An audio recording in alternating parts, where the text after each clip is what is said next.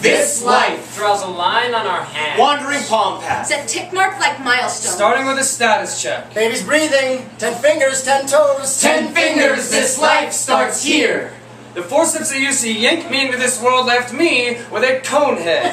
My head was too big, so they drew me out of a cesarean section. My neck bent from the effort of pushing. I turned screaming red, perfectly normal. I didn't cry at all, just pouted, perfectly weird. I don't know. Nobody I know was there.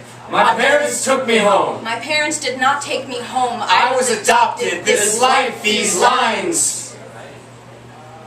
When I was 4, my grandmother told me to stop biting my nails. I couldn't.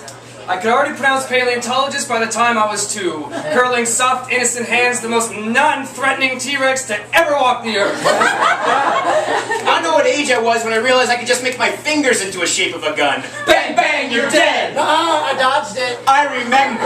Firework flowers blooming at the end of my street in the youthful daylight. Grabbing my father's pinky like a promise. My grandfather squeezing my thumb saying Casper must be doing it. These lines, these hands. Clasping pray. My grandfather was so proud of me. I was reading at Mass when I was 8. Playing in primary at church. Taking sacrament for the first time. Here's the church, here's the steeple. Open it up and see all the people. Book of Mormon stories that my teacher tells to me. At church, there were still bullies. They just acted nicer around adults. Yeah, all the kids were dicks. When my father came out of the closet, they told him he wasn't welcome anymore. When I wanted to explore other religions, they told me I needed to take a straighter path. Plus, I like to smoke and drink and have sex with women. All right. These hands, these words. We are sharing our poems with each other. Sharing our truths and our lives, I remember. The poem she did about giving her son up for adoption. The poem he did about his son growing older. The poem he did about his dad being addicted to drugs. The poem about his friend Mackenzie dying from drugs. The poem he did that made me wonder if I was on drugs.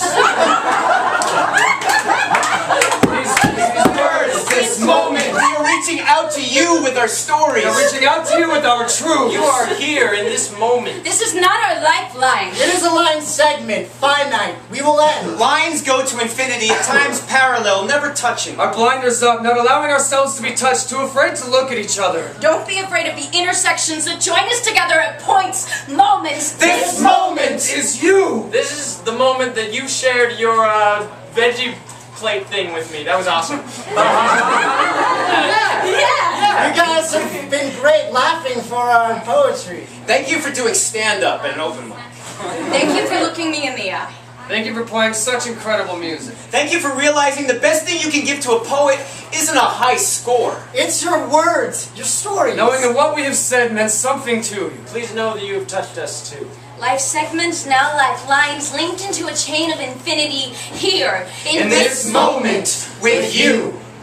Thank you very much.